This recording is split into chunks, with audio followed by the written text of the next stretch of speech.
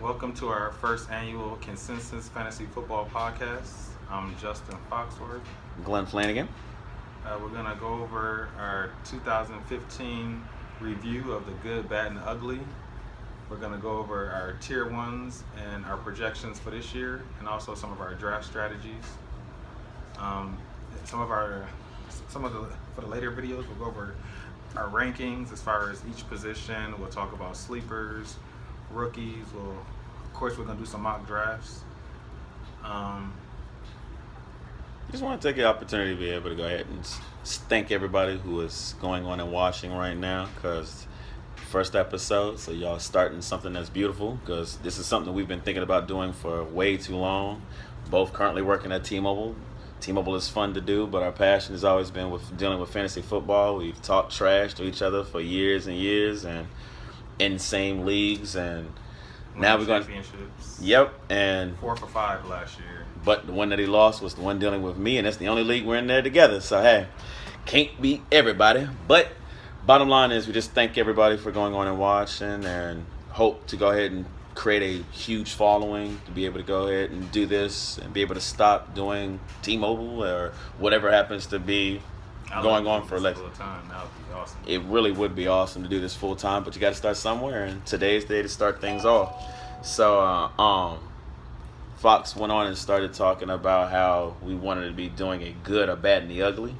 One of the funniest things that I take a look back at from 2015 is, especially with the good, is seeing how well Cam Newton came out of nowhere. When you think about where he was drafted, which was somewhere around the 8th or the 9th quarterback, if that. Yeah, I think, yeah. Somewhere around the 8th or 9th. Yeah, he definitely was not considered to be one of the number one quarterbacks to come off the list where he ended the season at, being number one in fantasy in general. It was ridiculously surprising.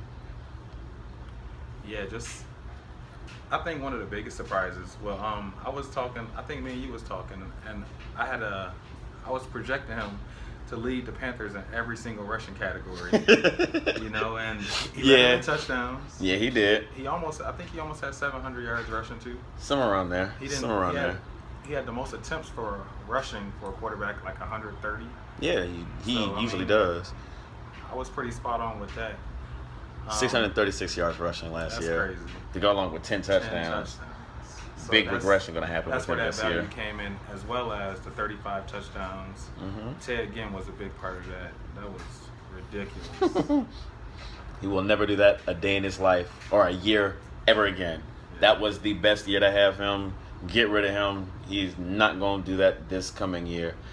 Another running back, or another player in general in the NFL that was ridiculously good, I would say, was Devontae Freeman, and then also David Johnson. Both of them carried me to our championship that we had in my championship that we had in our league that we were in when dealing with David Johnson in that league. Did you have David? I could have sworn I had him too. No, I had him and Gurley. Well, I know I had Freeman. You had Freeman. Who else did I have in that damn year? That was your team. I don't follow your team. Yeah, good point. Lucky. Whatever. Anyway, I know David Johnson and Freeman. David Johnson almost took him to the playoffs. Freeman got me to the championship, along with some other ridiculously good players like Allen Robinson last year, and then Blake Bortles, who also had ridiculously good years. Some people that were on the bad side, a lot of it had to deal with injuries. Good gracious, injury bug bit the running back position like nobody's business. Yeah. When you think about it, between you had what's my man out in Pittsburgh, Le'Veon Bell. I think it was about half of the first rounders: Jamal Charles, Le'Veon Bell. Let's put it this way: they managed to turn Frank Gore into a freaking top 12 freaking running back. That's crazy to think about, because if you had him last year, he was everything but top 12. I'm just saying. Every other wide receiver, you had wide receivers out there that was real poor too, like Demarius. Not necessarily because of the receptions and the targets that he had, because he had ridiculous opportunities. It's just he never had that game where it was like, you felt positive about throwing him out there and you were going to get 150 yards receiving, 10 plus catches, and 2 touchdowns. Like, he never produced that kind of game.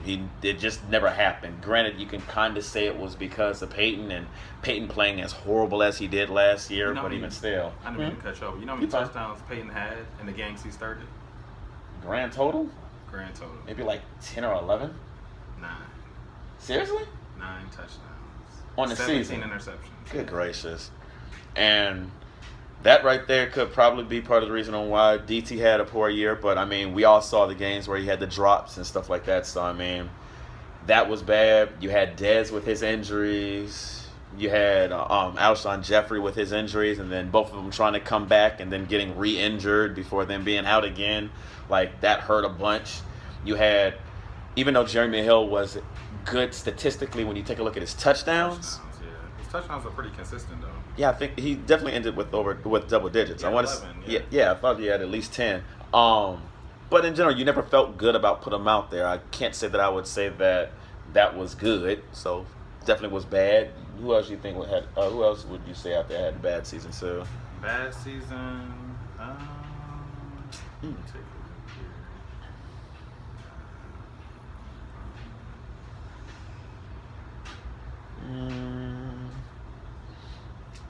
I know you. Matt Ryan.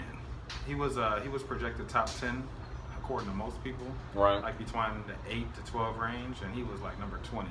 Yeah. He only averaged about 1 touchdown a game, 1.4. I think he finished the season with like 20, and I don't see how that's possible when you got Julio Jones on your team. Yeah. And Devontae Freeman blowing up the way he did, catching all those passes, and to finish with averaging close to 1 touchdown a game. Yeah, he only had 21 on the season. So you think about Julio only being able to go ahead and get double-digit touchdowns. I believe it's twice over the course of his career. Yeah. You can basically say that Ryan has kind of underachieved his whole career in the NFL, but without being able to get to the regardless on him being able to get to the playoffs quite a bit at the beginning of his career and getting to the NFC Championship at one time. And then you have the players who were just straight ugly, where you could not have felt good about putting them out there. Period. And one of them was Andrew Luck. Granted, he also was hurt a bunch too, but even when he wasn't hurt, go ahead and tell him, because you had him last year more than anybody else. I had him on 2 teams. I actually wanted him in my big $200 league, and somebody got him in front of me, so I'm not that mad about that. It was ugly. He made his entire offense look bad. I actually think if he plays a full season, Gore would do a little better, because it will open everything up with T.Y. and Moncrief. Like when Moncrief's real big. I like him a lot this year when the season started, Moncrief was killing.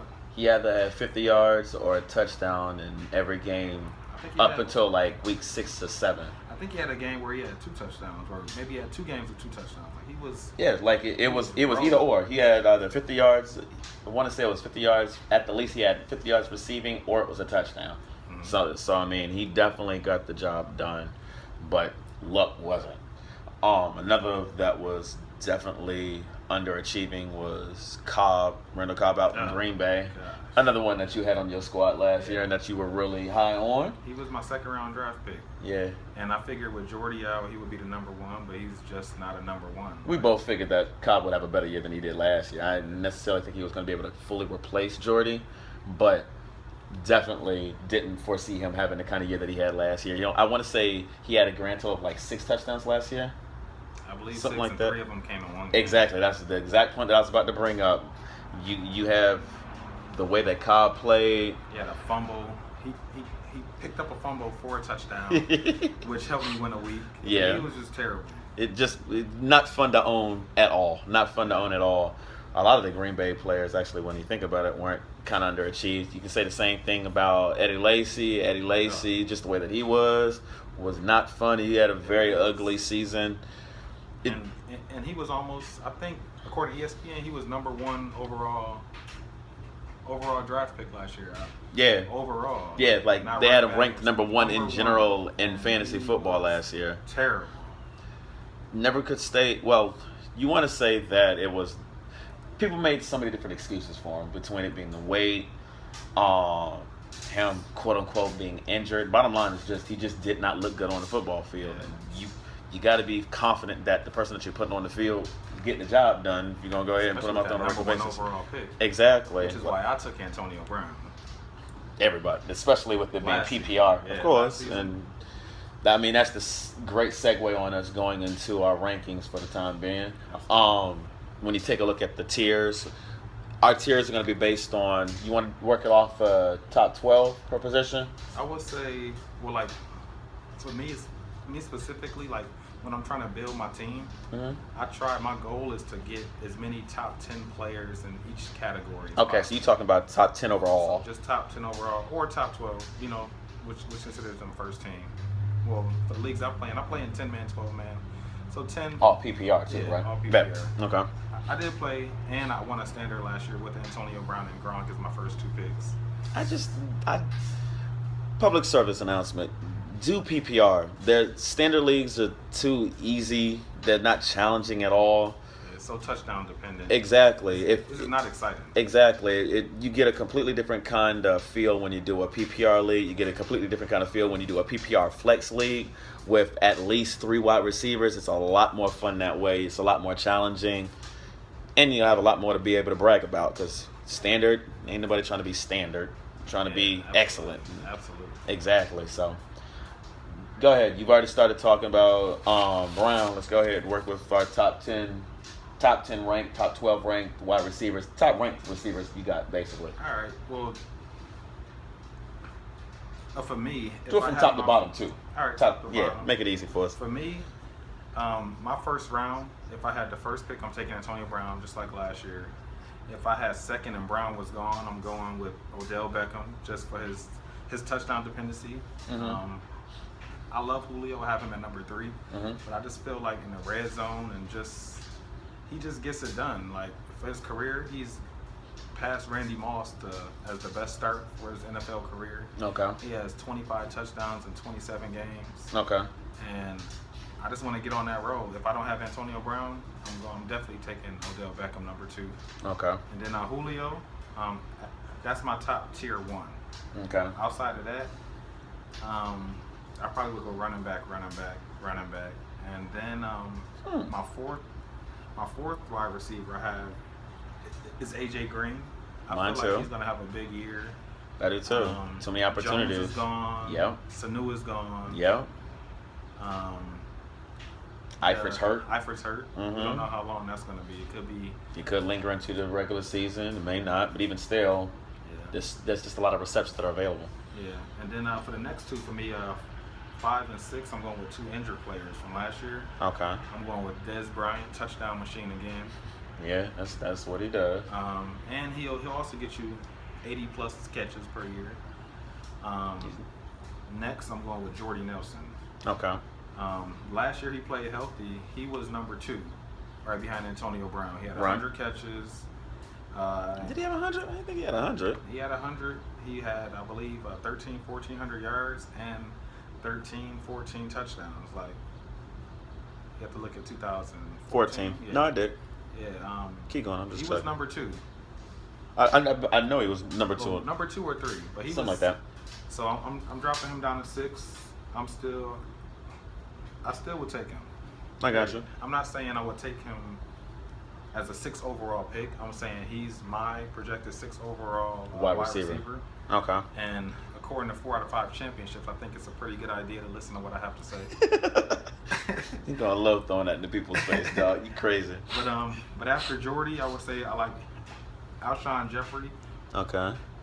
Then Hopkins. I don't really know about Hopkins. Like everybody. Not too many people love Brock Osweiler. True. But if you feel like so many people have Hopkins as number 4. Yeah, 90. Going back to your Jordy, he had 98 catches. That's basically 100. So yeah, you basically right. Yeah, you're right about that. All one. the yards and touchdowns. What did you say? 13 or 1,400 yards. Yeah, 1,500 yards receiving, and he had 13 touchdowns. Damn, yeah, he had a. Shut up, fool. Keep going, man. But yeah, with Hopkins, like if the way people feel about that offense, with Hopkins and Lamar Miller now arriving, everybody loves that offense. Some people have Hopkins as high as number 4. If you do not love Brock Osweiler, I don't see how you can have him that high. That's just me, personally speaking. But I feel that offense is going to be pretty good with Lamar Miller, too. I had Lamar Miller last year. I think he had a great year. You're definitely a truther with him. You kept talking about that, especially in daily fantasy. We'll talk about that later. We'll definitely talk about daily fantasy in our later episode. Huge.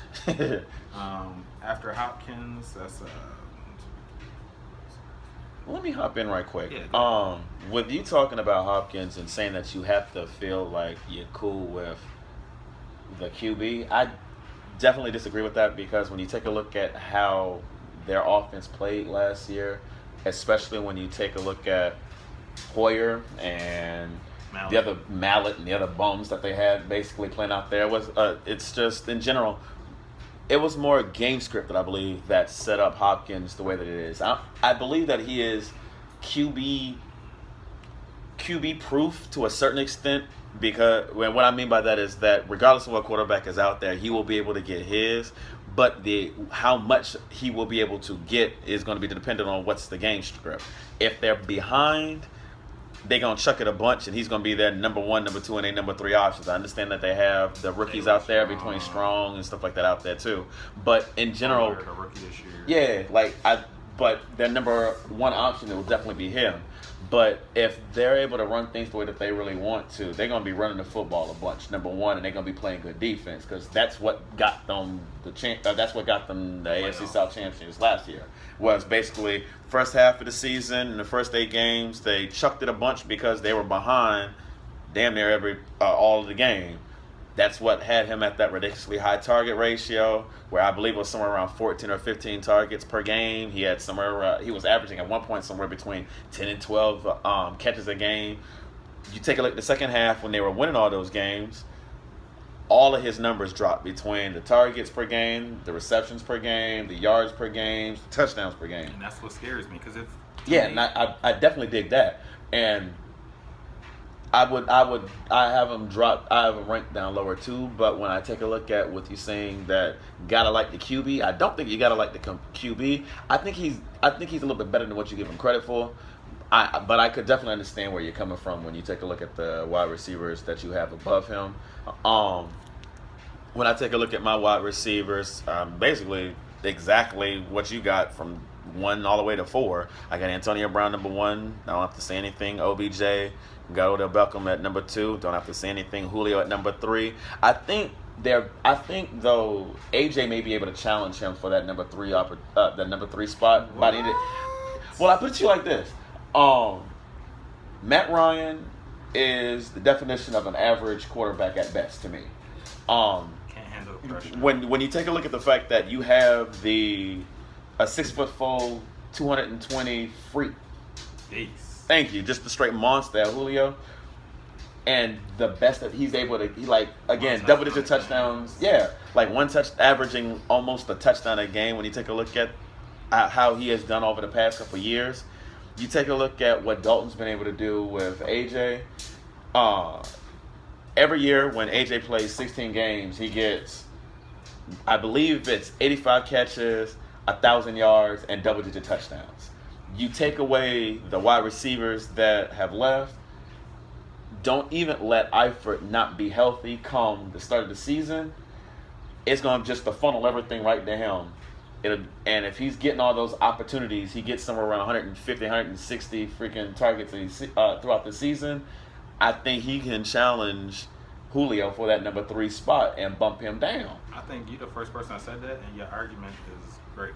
That's a great argument. Because when you take a look at, he's one of the people who I'm hoping if I'm not going back into draft and strategy and stuff like that, I'm real big on wide receiver. I take what the draft gives me, but because especially with it being PPR, I do value more than anything else, and with what you get at wide receiver between the receptions, the yards, and the touchdowns. Running back wise, there's just a lot of questions when you take a look at AP with age and not catching the ball. Gurley running the football but doesn't catch the ball. Freeman, one-hit wonder. Charles coming off of an injury. Another ACL, and then having age go along with that.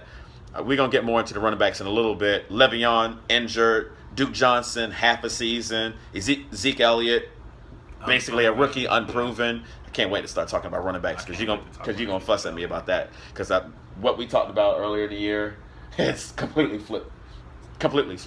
But I think that wide receiver, is the way to go when coming out the draft, determining on where you're going. Because, I mean, if you're seeing a big run at running back, definitely go ahead and go wide receiver. If you're seeing a bunch of wide receivers, I can understand with you trying to go with the inverse and doing the opposite and going with the running backs instead. Because, hell, if you can't get the cream of the crop at wide receiver, get the cream of the crop at running back and play it accordingly.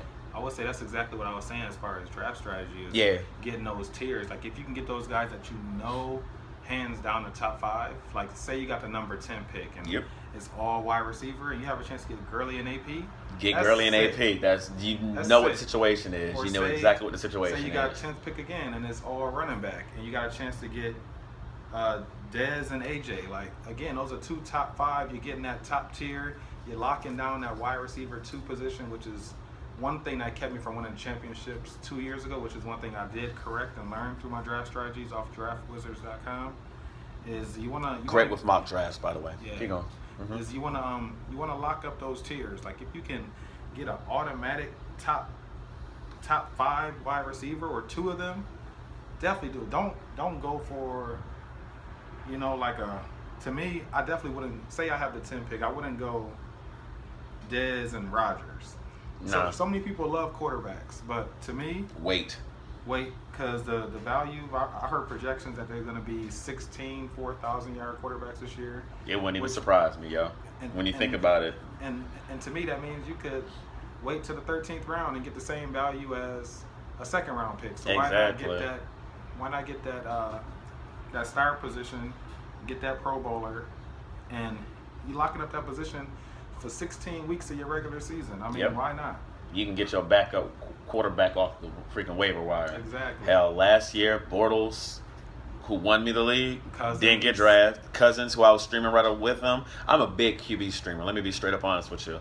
I don't draft quarterbacks until I have to draft a quarterback, and that's after I've already filled in everything else. It just makes no sense to draft a quarterback early because, Winston, Palmer, I mean, think about it. These are all 4,000 yards receivers, and these are all 4,000 yard quarterbacks. And you got all these QBs not in the top freaking 5. Well, you may have. I don't know if Palmer went in the top 5. He went undrafted last year. No, what he went undrafted last year? He was like Good 22. Gracious. That's that does make sense. So it's like finished number 5. Like, I mean, you can wait, and if you feel that you ain't waited long enough, wait some more. That's basically what the bottom line is. Because when you take a look at the QBs that are going to be available this year, that are going to be those same kind of levels with Cutler and Carr and Rivers, Fitzpatrick and Rivers and Romo. These are all quarterbacks that are going. These are all quarterbacks going after the 10th round. Exactly. Wait some more.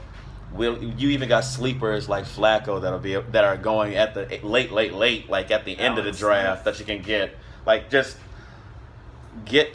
fill up on wide receivers, fill up on running backs, and get them QBs later. The other guy I think is a sleeper is the guy we just talked about, Brock. I mean, if you think Hopkins is going to have this crazy season with double-digit touchdowns, say he has 12, that means your quarterback has 12 touchdowns already without throwing to anybody else. It's true. That's true. And he don't have to pay anything for Brock Osweiler. Nothing. Yeah, because I want to say you got Draft Wizard already up on. Oh shit! You got Draft Wizard on your up on your phone right now? Yes, sir. Because we can check and see exactly where he is going right now. Check and see where he's going. That's a damn charge. Hold up.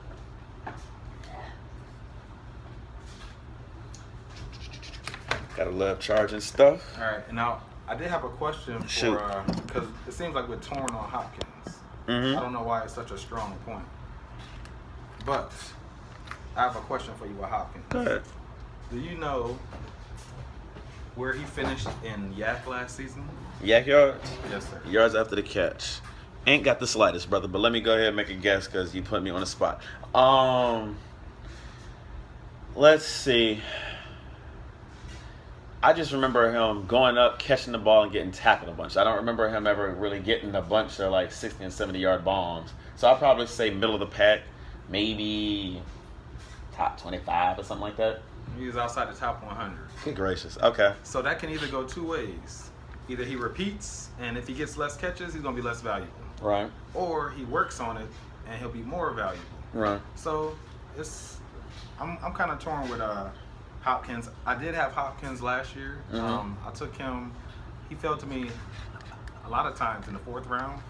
Like the one team I had Antonio Brown, number 1 overall. I got Hopkins, and I had Brandon Marshall in the flex. Right. I remember that. I remember you talking about that too. 11-2.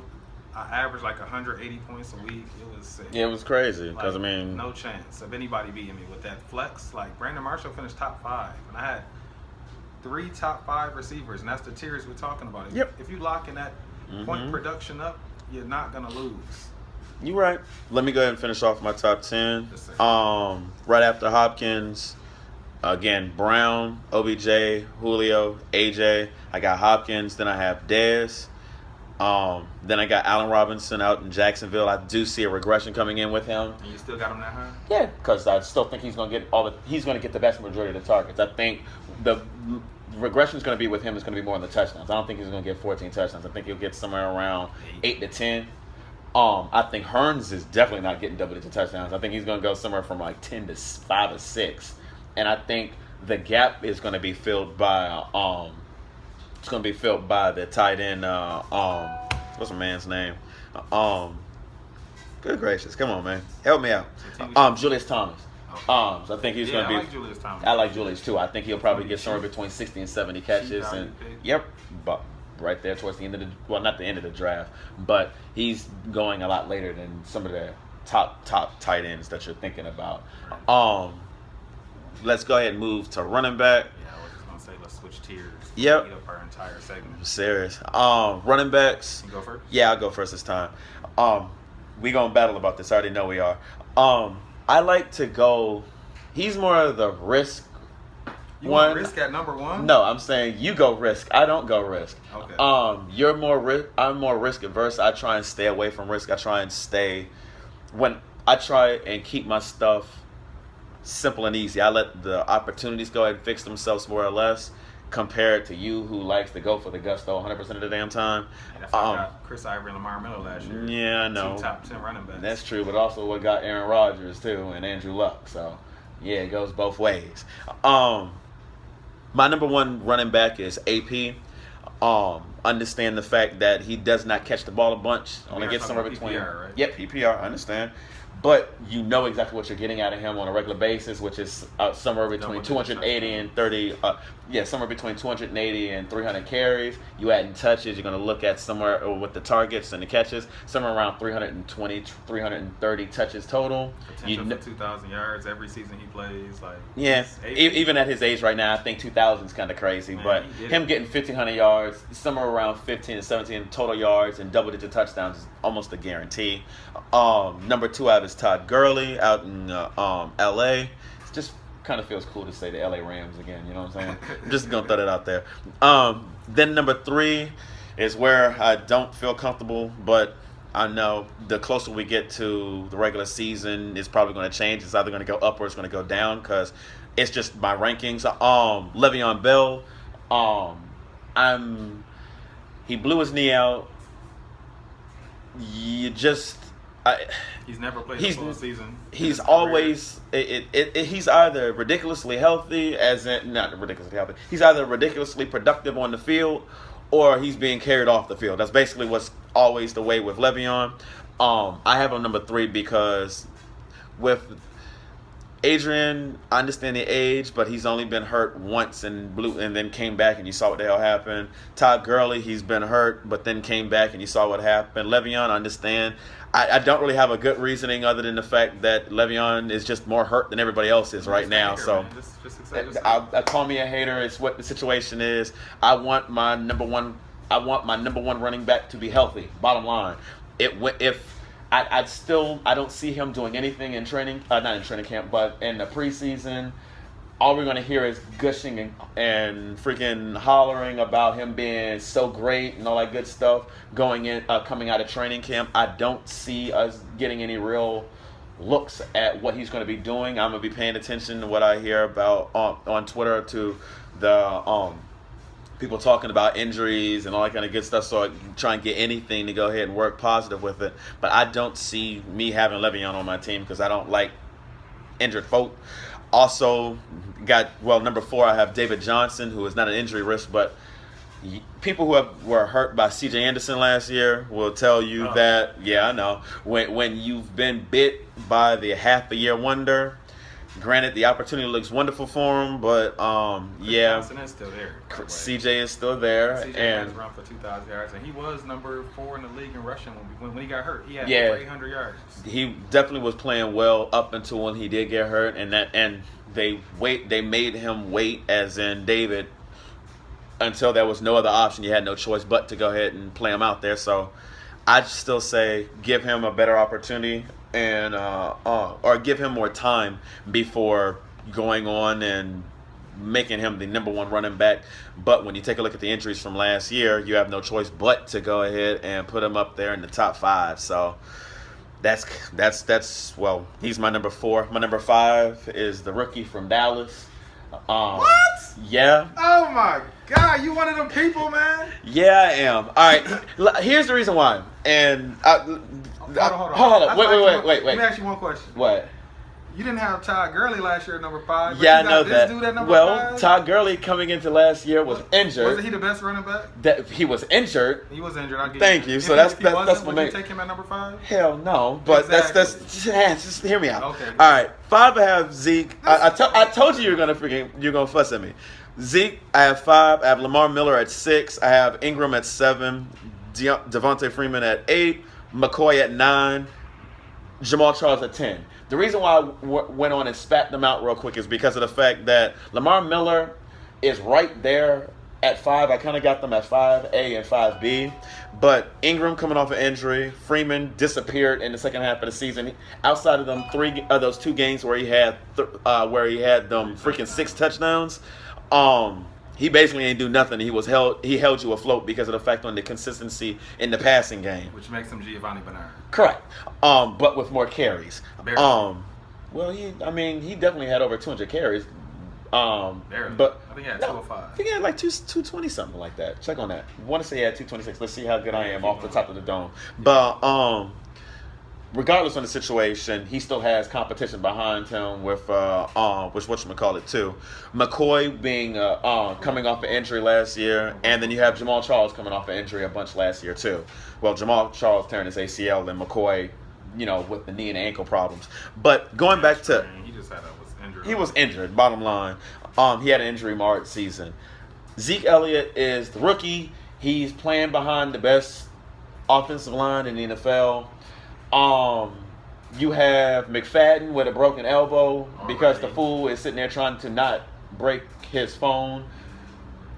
Let's just real quick. If you have millions of dollars, you can afford to drop your phone and buy another one. Just like JPP. Exactly. Millions, hire somebody to do the fireworks for the kids. Thank you, and buy a case for your phone so if your joint hits the ground, T-Mobile service announcement. Cases are great. Go ahead and put them things on EIP and you'll be straight. Go ahead and get a case so if you drop it, you're breaking the case, not the phone. So I think there's probably something that's back there that we don't know anything about, but it doesn't really matter because you still have him not in the picture. You have Alfred Morris, who reliable. Yeah, but here's the thing: Alfred Morris is not going to be the third down back. Number 1. Can he be the first and second? Why would you need him? Because you've already spent all this money, or theoretical money, because this is the NFL draft. You spent the first round draft pick number 4 on your tailback. So you're not going to then split carries with him. So what's your projection for touches for Zeke think rushes and catches? Well, he's going to definitely be the third down back, so he's going to get somewhere between, and this is just on the low side, somewhere between 30 and 50 catches. I mean, per game. I know. I'm just saying in general, 30 to 50 catches on the season, and carries. I think he's going to get somewhere between and just again going on the low side, 240, high side around 270. So you combine that together, you're looking at roughly about 270 in freaking grand total on touches. 270 divided by 16. Lord knows I'm a spell check baby, but I'm also a calculator baby. I can't do this stuff off the top of my head. Let's just say he gets a grand total of 270 touches. If he plays 16 games, that's 17 touches a game. Pretty close. I love Shut up, man. Yeah, I know you do. But I'm sorry. You tell me that you're getting 17 touches a game. You're playing behind that. Let's again go ahead and put him with dealing with Romo. The offense when they were best was when they were going on and running the football a bunch. Scott Linehan, who is their offensive coordinator, likes to throw the football to their to their running back. You got Dez, so you're not going to end up dealing with 8 in the box on a regular basis. You trying to tell me this boy can't fall his way into 5 yards every time?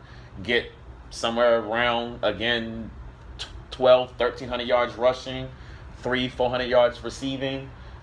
Let's 2 all-purpose yards. Exactly, and double digit. You combine rushing and receiving.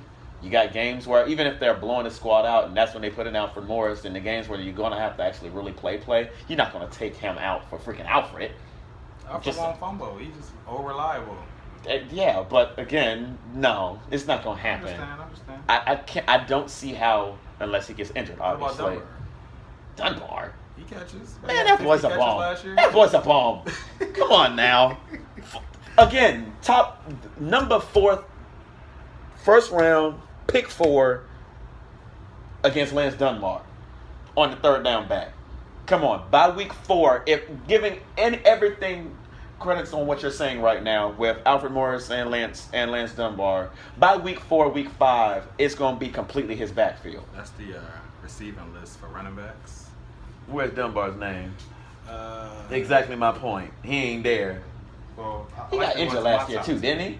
Dunbar? Yeah, I want to say he got hurt last year too. He got bummed. Bum. Because he is a bum. Randall, I had Randall last year. He was a bum too. Yeah, it was. Thank you. Go ahead. What was your tailbacks? I have Bell, number 1 overall. That's based off of D'Angelo Williams last year. What he did in that offense with Antonio Brown. I did. Bell's last year, he did play healthy. He had 1,300 yards, 80 catches, 800 yards in the PPR. You know the value. Stupid. I know. You ain't got to say it. You know what I mean? I know. Number 2, we had the same guy have Gurley. Number 3, I have AP. Okay. So basically 1 and 3 are flipped. Yeah, we just flipped 1 and 3. 4, I have David Johnson. Figure. I actually like David Johnson for his pass catching ability. Last year in a receiving game, he had 4 touchdowns receiving, and the only other receiving running backs to do that were all like scat backs, like Giovanni, Danny Woodhead. I love Woodhead. He's a bona fide number 1 running back. He breaks tackles, he can catch. He's all around back. I like him. Number 5, I have Mark Ingram. Okay. Mark Ingram finished last year. Number 8 on a receiving running back list, right behind Charles Sims, who we were just talking about. Yeah. Mark Ingram is great. I had him last year. I didn't even know I had him in the standard league. When I took a look, like at week 8, he was number 3. I was like, he was ridiculous. He was ridiculously consistent last year. Yeah. And after Mark Ingram, I'm going Lamar Miller in that new offense. I would have him higher if he went to switch teams. I probably would have had him over. See, I like him more because of the fact that he did switch teams. Miami didn't want to use him. Houston gonna use him. I just like consistency. I dig. You know. You don't like change. It's a new offense, so I like Lamar Miller. Number 7, Jamal Charles. I'm definitely scared of Jamal Charles, but if he fell to me in the 3rd round, I would definitely take him. Period. I don't think he's gonna fall to the 3rd. He's usually been going some to the 2nd round. Mid-second, late 2nd. Yeah. People are stupid. They take quarterbacks. He might fall to you. That's true. That's true. Number 8, I have Doug Martin. Really? Yeah. In a PPR, the boy don't catch balls. He was number 2 in rushing last year. Right. He has a lot of potential. Charles Sims does scare me. I like Charles Sims. You do know that they've been talking about Charles Sims getting a lot more carries next year. We're gonna find out. Yeah, I know. Doug Martin just got a 5-year, $35 million deal. Okay. I don't think they're gonna waste their money like that. I didn't say they weren't gonna give him carries, but I mean, I'd rather have. Who do you have the rest of them, Dunaway? I have Lacey, number 9, and because there's a contract here, people like to perform when contracts under. Yeah. Okay. Number 10, I have LaShawn McCoy. I'd rather have McCoy than freaking whatchamacallit out in Tampa. Yeah, I'd rather have him because he's gonna catch the ball and run the football. And the offense itself is bad. Top 10. I gotcha. Top 10. I gotcha. I have him. See, with the way that I do my rankings, I think about the way that the offense is going to work and what their role has always been. Doug is right there at the top of those tailbacks who just basically is a first and second down running back, and that's it. So I have him like right there.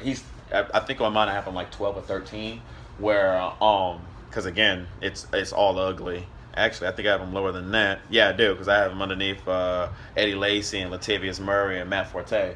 Because I like again, he's just behind Matt Forte. Yeah, I think Matt, with the amount of carries that Forte will get and the touches and the offense that they're going to be working with, if he does basically what Chris Ivory and Bilal Powell did last year, there's no real reason to take him off. Well, I know, but you have no reason to put Bilal. You don't have a reason to take Chris Ivory off the field. Because Chris Ivory, well, I'm saying you had a reason to take Chris Ivory off the field because you in passing down. Now you have Forte who does everything. But you know that I mean cut you off, but Forte and Bilal Powell just got the same exact contract. I know. So I think they're going to be used interchangeably, whichever one is the hot hand. I've heard that they're going to be doing a hot hand. I honestly do believe Forte will be first and second, but I know Bilal Powell is not getting paid for nothing. No, I did. He did a great job at his position last year, so I think they're going to continue with that. I feel you. I still, if I had a choice between the two, I'm taking Forte over over Doug Martin. I put Doug again. I have him in the same mold as Thomas Rawls and. Oh no! Why not? Thomas Rawls might not even play.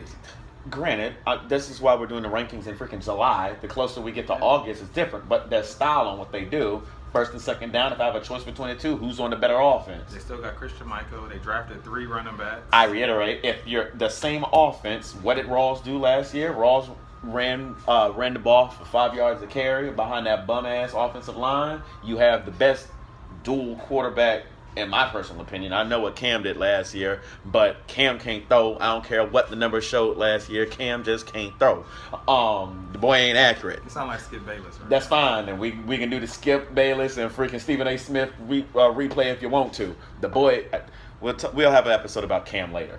I would rather. Episode?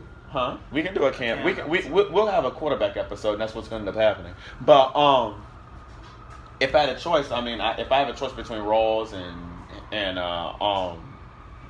what's his name? I can never remember his freaking name. Martin. I know, the muscle hamster. He hates that nickname. But I would take Rawls, 1, because of where you're going to get him, and 2, because of the fact that they do the exact same things, and 3, the surrounding cast around. Well, you got 5 people compete for carries compared to just. But they're not gonna split carries. I don't think that they are. Just got CJ Procise. He's rookie and he's gonna be their third down back if anything. Christian Michael is a bum. Thank you. He just returned from Dallas. I know. Who's a bum? Thank you. Yeah, and they drafted another running back in the 5th round. And if you got drafted behind CJ Procise, who is gonna be the third down back, I don't see him being an opportunity doing anything either. I'm just saying. Competition busts pipes. I think Rawls will get the job done if he goes on and comes back healthy, which I do expect him to. And I'll win a championship. How about that? I ain't gonna draft him because where I have to draft him, I ain't gonna like him, which is around 4th and 5, and I don't take risk and if I don't have to. But in general, if it's the right value, he will be on my squad. That's running backs. You want a quarterback? Yeah, let's go to QB. Actually, let's go to tight end next because tight ends are kind of lackluster. Well, actually, with the way that my rankings are, it's a little bit different. But let's say QB's last. My number one tight end, in all honesty, he's in a tier of his own. Everybody knows it is Gronk. I ain't gonna even say anything special about it because he's Gronk. What about the 4 games missed by Brady? Does that matter?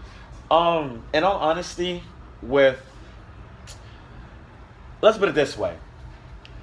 People are gonna draft Gronk because Gronk is Gronk, and you gonna want him for your playoff run. You will basically plan accordingly. To get Gronk, you're gonna have to draft him in the 1st or the 2nd round. By the way, just like I say with quarterbacks, don't do it. Don't draft Gronk in the 1st round. Don't draft Gronk in the 2nd round. Well, draft Gronk in the 2nd round, but don't draft the tight end. It's just get proper value on the players. That's bottom line. And what you're giving up when getting Gronk early, you're costing yourself in depth in rounds 4, 5, and 6 at the wide receiver and the running back position, especially in PPR, where you can get yourself a running back that will catch the ball or a wide receiver that has the potential to be able to turn into last year's DeAndre Hopkins. There you go. Brandon Well, Marshall, exactly. Eric Decker. There it is. You can keep spitting them out. It's just even Allen Robinson last year was the same kind of situation. Don't get mad, brother. He beat you. Anyway, let's see. That's my number 1. Number 2 is Jordan Reed. The offense is predicated on throwing it to him. They're going to throw the football a bunch. What about his health? If he gets Health hurt, is always a concern with that guy. yeah, but I mean, health is the same concern that you have with Gronk too. He's so almost I mean, like McFadden. no, I wouldn't necessarily say that, but I mean, you drafting players based on the fact that you're hoping you're going to be able to hold them all 16 games. I definitely believe he's number 2. I mean, it's just what the situation is. I got Greg Olsen number 3. Again, it's about consistency. The weapons that are in Carolina, let's be real, outside of Kelvin Benjamin, who was when his rookie year, he got those 8 touchdowns, but all of them were the vast majority of them were while trailing. I love Kelvin Benjamin. I like his value, but he won't be on my team because I don't like the offense. I don't believe in Cam like that. I really don't. I honestly like receivers that are 6'3", besides Antonio I Brown. like the size. Yeah, I mean, just I because there's things that they could do that guys 5'10" cannot do. Just period. There's Right. just things they can do. There's passes they can catch. There's spots in the zone that the quarterback can throw to that a 5'10" guy just can't get to. You know I what feel I you. mean? So I feel you guys completely. like him, Demarius, anybody over that 6'2" mark, I hold them at a special category, except for Antonio Brown and Beckham.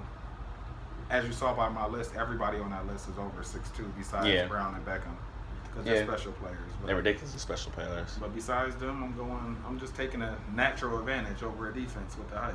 I feel. My number 4 tight end is Delaney Walker. I know I've heard a bunch about them talking about trying to throw the football a lot more and getting Green Beckham involved and running the football. But for you to be able to do all of that and be this quote-unquote smash mouth offense, you have to be able to play defense well, which which Tennessee can't do, which means you're going to be chucking the football and you're going to chuck it to your most reliable weapon the most, who is... Yeah, Rashad is good value, but let's be real. I'd still think that the offense is going to be ran through Delaney. Until Matthews, I would, if I had an option, he won't be on my team because let's be real, I'm going to have a lot of my wide receiving core is going to be filled out earlier. I'm going to want upside wide receivers that are going to be able to get me real points compared to Rashad to him. I don't think he's going to be all that special on Tampa on Tennessee because I don't think they're going to throw the football that much to be able to predicate them trying to do that or be that as successful at throwing the football as to be successful at that. Because when I take a look at what they had last year with the amount of passes that Mariota had, I know he missed 3 or 4 games last year. He only had 371 attempts. So with those 4, you add on roughly about 100. That's still around 471. The average from last year, when you take a look at passing touchdowns by passing attempts by a top 25 quarterback, was 666. So still in the bottom year. You know the question you asked about Brock, where is he going this year? Yeah. He's going currently undrafted. He's number 25. Good gracious. That's just great value. But you got a top tier running back and receiver on his team, and you don't think he's going to be worth it. I just don't. It's just not. I don't think he's going to be worth it. It's not adding up. Maybe he'll have a sleeper year. You like just Fitz don't have did. to. You don't have to buy into it. I mean, yeah, like Fitz. Like Fitz, he had that, two. Yeah. He had 2000 running backs, 2 sleeper receivers, and he had a good year. True. Very true. I think there's good opportunity for him to be well, but I don't. If I had a choice on who he will be one of my streamers. I definitely will be when we talk about streaming quarterbacks and streaming tight ends at that point too. In daily fantasy? Yeah, in daily fantasy. He'll be one of the ones that I'll be paying attention to a lot because that's what he'll do. But if I'm talking about a redraft like this would be, I don't want any parts of him as my starting QB if I don't have to. Unless I'm picking him up. Two quarterback or I'm picking him off of waivers because he's had 3 or 4 games where he's shown that he's consistent. You see what I'm saying? If he shows that, that's straight. My number 5 tight end is Kobe Fleener out in New Orleans. Bottom line is you got an opportunity to be able to catch 80 balls. I mean, it's just what he do what Watson did last year and Graham did on a regular basis. I mean, it's just what the situation is. And their offense is throwing it through their tight end. Yeah. They throw the ball all everywhere, but they throw it to their tight end. My number 6 is Julius Thomas.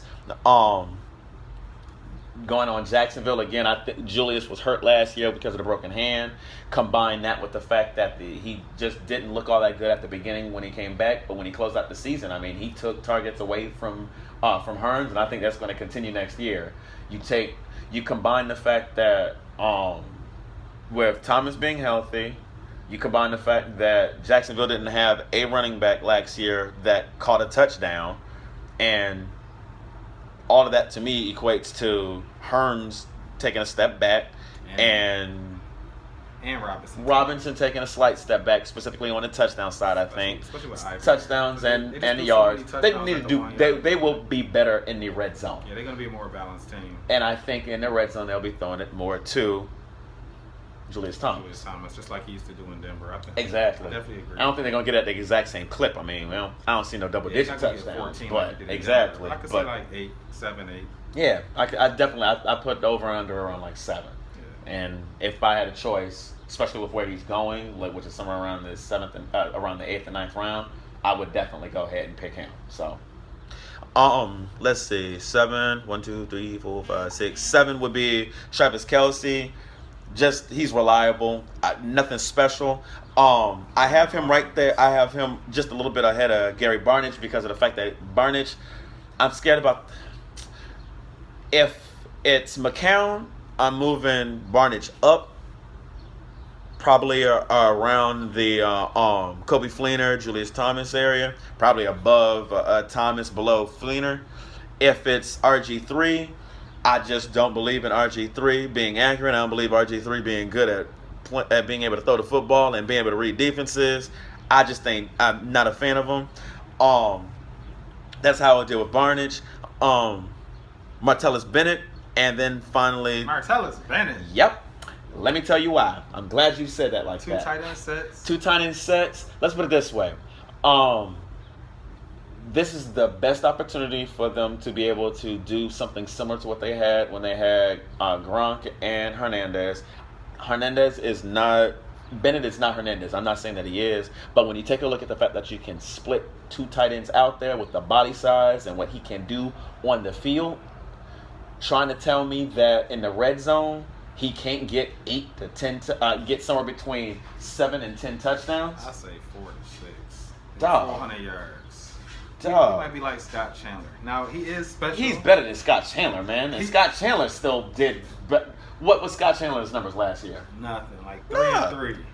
What? 300 yards, 3 touchdowns. Terrible. You're gonna try and tell me if that is Scott Chandler's number that he can't double what Scott Chandler did last year? Come on now. When you add up Gronk in that offense, and you add up Brady missing games, I'm not spending any money on it. I don't know if Brady gonna miss any games. I really don't. We're not gonna spend any money on Martellus Bennett. Let me go through mine so we can. Go ahead, because we gotta get close because we're getting close to that hour. All right, so mine's number 1, of course, Gronk, Reed, Olsen, just like you have. Right. Had Olsen last year. He was awesome. Number 4. Now, again, time out real quick. Scott Chandler had 42 receptions for that was targets. He had 23 catches on 42 targets for 259 yards and 4 touchdowns. So I was right. Close to being right, but that was also. Come on now. You know Martellus Bennett is a better player than freaking Scott Chandler is. One thing I can say about Bennett, he's a special person because he's a twin. So maybe because he's a twin, maybe that'll give him an extra little lift. Maybe Shut up. He's special. That's fucking awful. Don't even give me that kind of bull right there. Nah. He is definitely better than man. Yo, we need to go ahead and create some sort of way where we create a wager that we go ahead when situations like this, like I put money in the bank that Martellus Bennett, if he plays at least 12 games. No, I won't even premise it like that. Just in general, Martellus Bennett will have 50 catches for 500 yards and at least 6 touchdowns. Is that good? If when you take in consideration some of the other tight ends, at number 9, like is that better than Tyler Eifert? Well, Tyler Eifert right now, we don't know if he's going to be healthy come regular say he plays season. 12 games, just like him.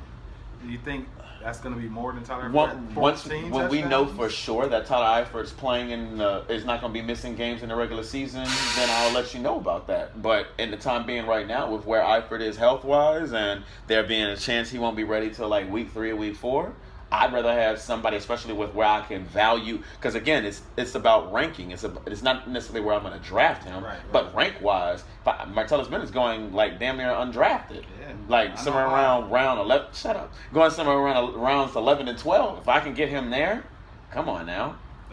Anyway, I'd rather have Dwayne Allen. I do like Dwayne. Dwayne is moving up on me too. Absolutely. Dwayne is actually. I probably should move him up quite a bit now. And Green from Pittsburgh. Injuries. I'm not a big fan of him. I think he'll be probably about 6th or 7th on that. You got Brown getting majority of the targets.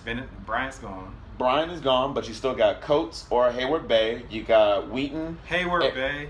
Again, those two together will be able to combine to be able to do what Brian does. And if Coates is as good, or if Coates is as good as his spark score shows, or Hayward Bay is just able to take advantage of the opportunity, that's ridiculous value that you're getting right there. And don't forget about Le'Veon. That's 3 people, potentially 4 people that you're going on and targeting before him. Okay, so would you say Green will have a better season than Heath Miller? Because Heath Miller was used in that offense. Heath Miller was old as sin last year. Yes, he was used. That don't mean he was good. He was decent. The boy, damn, he had 60 catches, 535 yards, and 2 touchdowns. I think he could have maybe but the same think about it. But you have Big Ben. More touchdowns. Ben had.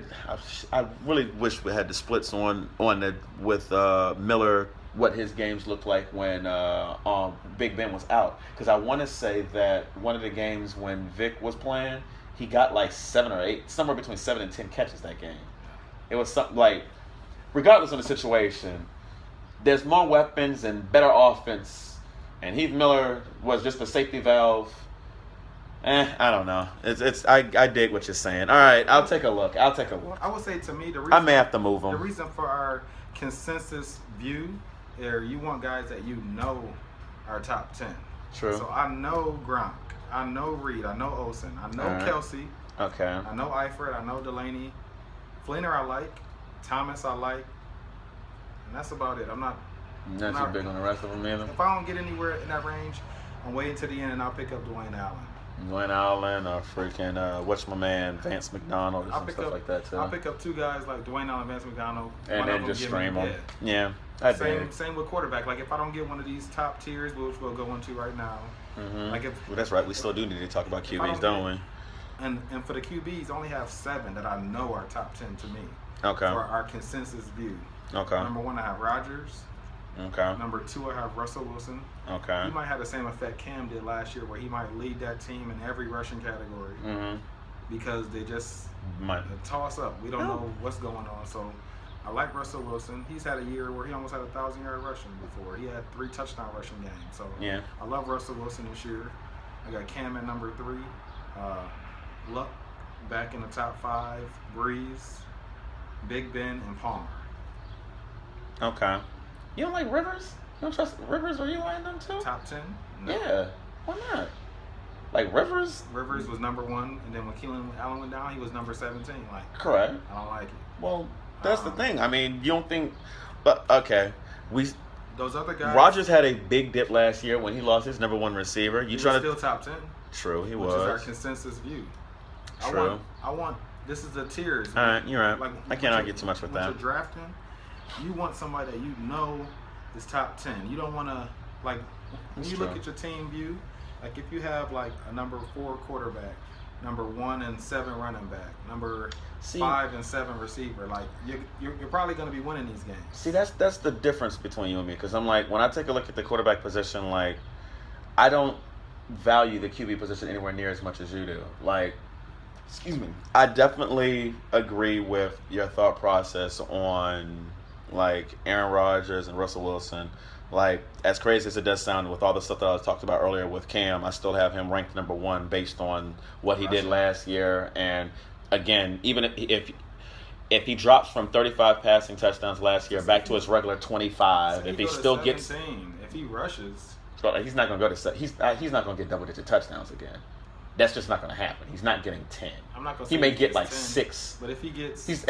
For the most part, every year, I think he's gotten like 7. But he had 130 carries. That's the yardage. Yeah, so I know. He gives you 4 yards a game. 40 I yards got a game. you. That's 4 points. Right. Plus whatever passing and optional touchdowns rushing. I still have him ranked as number 1 based on what he did last year because he did take a step forward when it comes to passing. I just don't like him. Bottom line. Trying not to be biased. No, I don't like that. The purpose of our show is unbiased opinions, no homers. I'm not a homer. I'm a Buffalo Bill fan. I'm not being a homer. It's just, I mean, again, when we get into the QB, when I can again, what is that?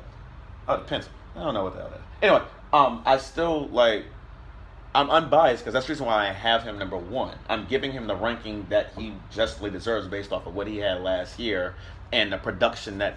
When you think about when you get Kelvin Benjamin back, you still have a dominant, you have an above average defense to work with. He's still going to be able to get his rushing touchdowns, his rushing yards. You still have Jonathan Stewart. Hopefully he'll be completely healthy come regular season, which is, yeah, we'll see if that really does happen. Yeah. But in general, when you take a look at the offense in general, the offense should be better than it was last year. And last year, we went in there thinking that his receiving core was going to be absolute trash, and he somehow turned Ted Ginn into a 10-touchdown freaking receiver on freaking 50 catches. So with that being the case, even if he takes a step back, I still think Cam is viable at being number 1.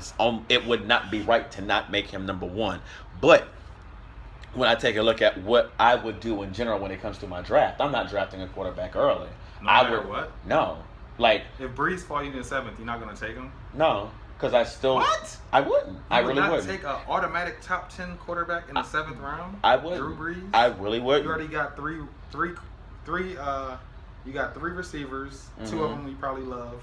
You got 3 running backs. You mean tell me you will not take Drew Brees to lock up an automatic top 10 quarterback? It determines on who's what other running back and tight ends are available. You already got 3. It doesn't matter because you still got to deal with your bye weeks and you still got to deal with injury. Again, last year...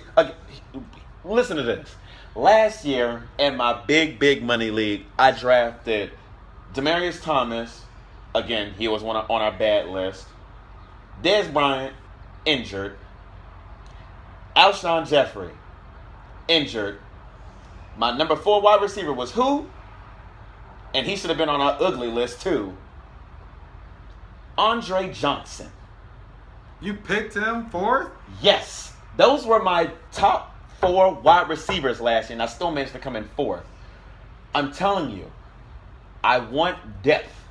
And what I'm giving up potentially in that 7th round with me going on and getting Breeze, I'm potentially giving up on a 80 to somewhere between a 70 and 80 receiving, 80 catch, 1,000, 1,100 yard, 8 to 10 touchdown season out of freaking Marvin Jones. I'm sorry. The value that I'm getting at a wide receiver the value that I'm getting at a wide receiver out of Marvin, Breeze, granted, that's solidified. But when you take a look at the injuries, I can still potentially, with going by what we were talking about with quarterbacks and streaming, I can get something of similar value. It's not going to be a guarantee. Top 10? Exactly. You don't it's want not to guarantee top 10? If I'm sacrificing my depth on my team, you rather have Marvin Jones over Drew Brees based on what my overall team may look out, because that's what's important. I got to see what my team looks like. 7th round. You probably already got 3 and 3. If I have 3 and 3, if I have opportunity at getting me depth, because Marvin, in my personal opinion, should be gone by then. Because Marvin Jones, I have somewhere in my I want to say he's in my top 30, 35 wide receivers. So he should be gone. So if he's in the 7th round also, I'm going to take the depth at that position versus I'm going to take him being available compared to the depth that's at quarterback. All right, so let's just say, for example, you got the number 1 overall pick. You got Antonio Brown. Mm-hmm.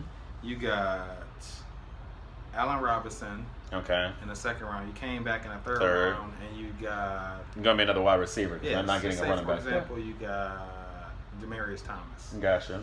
So my wide receivers, for the most part, is solidified. Okay. You still going to take Marvin Jones over Drew Brees? Hell yeah. If by your example right there, it's only the 4th round. No, that's what you have. Now we're in the 7th round. Okay. Yes, I'm definitely doing that because I'm now scared. I'm definitely scared at what I have as the rest of my wide receivers. Flex, you're awesome. You're set for the year. I'm set for the year as long as nobody gets hurt, or because again with Demaryius, I'm then assuming that whoever is the quarterback that's going to be in Denver is playing well. Now, granted, I understand how poor that Manning played last year, but even still, Demaryius had a underachieving season last year. He had 1,300 yards, 100 catches. He only had 6 touchdowns, and that was he problematic. Had 2 in the first 10 and 4 in the last 6. And let me tell you, and the middle joints was what hurt me the most. I'm telling you. Ask the brother who had Frank Gore, the brother who had freaking Demaryius Thomas. It's the same situation. Either way you look at it, they were upset. Either way you look at it, and I will take depth where again, I had the capability because of the injuries in our league, because of the fact that I had ridiculous depth at wide receiver, to bench AJ Green because of the fact that I had because of Dalton being hurt, and still was able to put out good, respectable wide receivers to take his place because of the fact that I always value depth. The quarterback is great, don't get me wrong, but I would rather have 2 quarterbacks in the range of Eli Manning and Tony Romo compared to having Breeze early and being hurt by the fact that Breeze, one, if Breeze isn't playing well, I'm going to be problematic because he is my number 1 and I'm going to have to now go to the waiver wire. But 2, I can go to the waiver wire and pick up a quarterback in general, as we did last year when dealing with picking up Cutler, who played ridiculously well in the second half of the season. Who else? Stafford played ridiculously well in the second half of the season. Picking up Fitz off of waivers in general. Bortles off of the waiver wire in general. Carr off of the waiver wire in general. That's just 5 right there. You see what I'm saying? I know I'm not going to be able to find myself, realistically speaking, a wide receiver in that same thought process that I'll be able to plug in and know automatically I'm going to get a wide receiver too. Kamar Aiken, Torrey Smith. These guys are going undrafted. And they can get you double-digit I points can't help that in the flex. Again, that's the reason why people are going to be paying attention to our show, because they're going to understand with the consensus fantasy football, we understand who is going to be available and who shouldn't be. So if you're in those late rounds, you're drafting those people so they can sit on your bench and be prepared. You know what I'm saying? Consensus Fantasy Football Syndicate. And then what is our podcast called? Consensus Fantasy Football Podcast. When you're a part of the syndicate, you're going to already know ahead of time what people are not supposed to be on the waiver wire. That's the game plan. Yeah, you don't play fantasy football with the idea. Thank you. What falls to you. Thank you. And that's the whole point. They ain't going to be there. Breeze falling to you in the 7th is a gift. It is a gift. And I understand the reason on why you taking them. But me personally, you won 1. Last year I did win only 1. Last year I did win 1. I played in 4. I played in 4 and I only won 1. But under that exact same premise, that's the reason why in the one that you did lose, it was to me. I lost for collusion. That's a whole nother. Yeah, that is a whole. That's dude. A whole nother, when you have your wife go ahead and throw out their best lineup that they've been basically planning all year, so that they can let you get into the playoffs, that's some straight bullshit, and that's what I'm gonna call it. You know what the situation is. You know who you are. Yeah, bottom line. But in general, I understand where you're coming from. I understand the value, and it'll be super duper tempting and hard for me not to go ahead and pass on Breeze. But if I had a choice and I'm making sure I have extreme depth, I know I can get myself 2 quarterbacks that I'll be able to go ahead and play that not best ball, but play the odds against, where I'm playing the matchup game. I know I'll be able to find something. I just know I do. Okay, well, I have a question for you. Do you feel my top 7 are all top 10 quarterbacks? Rodgers. Yeah. Wilson. Yeah. Cam. Yeah. Luck. Yeah. Breeze. Yeah. Big Ben. Yeah. Carson Palmer. Yeah. That's my whole argument is you wanna get these tiers and across each board, just like we talked about running backs. I got you. We talked about receiver. We talked about tight end. We talked about quarterback. If you set yourself up and you have a well balanced all around team, everybody you're gonna you're gonna make the be playoffs. fight. I understand that, and you want to get into the dance. But my question to you is this: do you not feel that going into this year that Eli is not going to be a top 10 also? He's consistent. Do you not think that Romo's going to be top 10?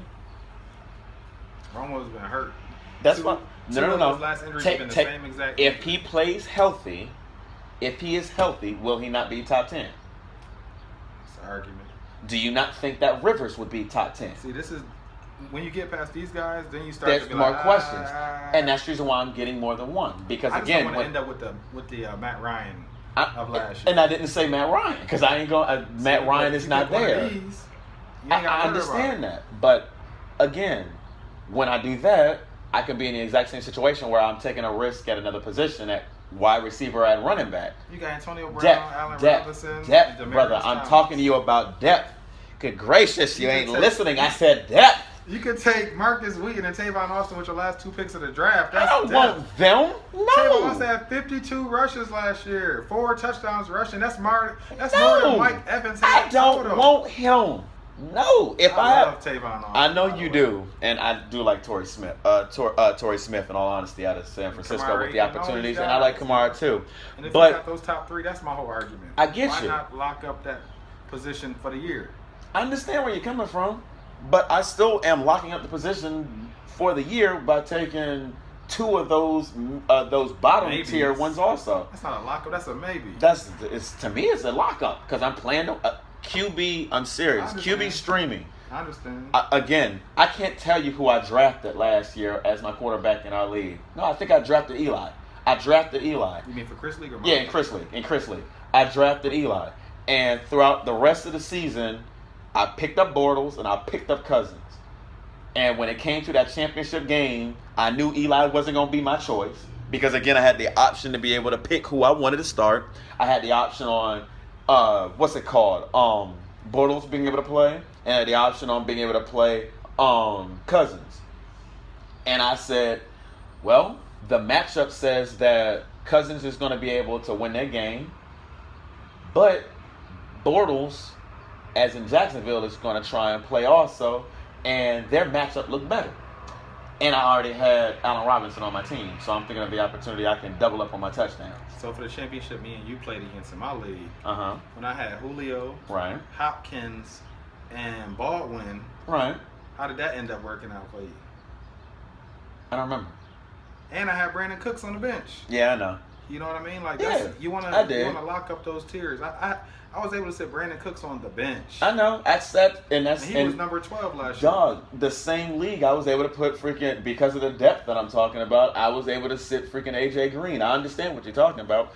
And it's hard because of the situation because we don't have a set team that's around us. One of these days, we got to end up doing a podcast. When we do the mock draft, we'll be able to go ahead and go back and forth between and put this type of thought process, put this kind of draft strategy into action because it's going to be great when we going back and forth and we're going to end up having to play paper, rock, scissors to figure out who we're going to end up actually drafting because I understand you value the quarterback considerably more than I do. No. You do, bro, because I'm telling you right now, I bet you do. But anyway, we already at an hour and 12 minutes. We need to kind of sign off in a little bit. In general, this joint went by a lot faster than I really expected this joint to. Like, that joint was mad cool. Want to try and do these, maybe at least once a week? Once a week. On a continuous basis, we're going to be going on and updating this.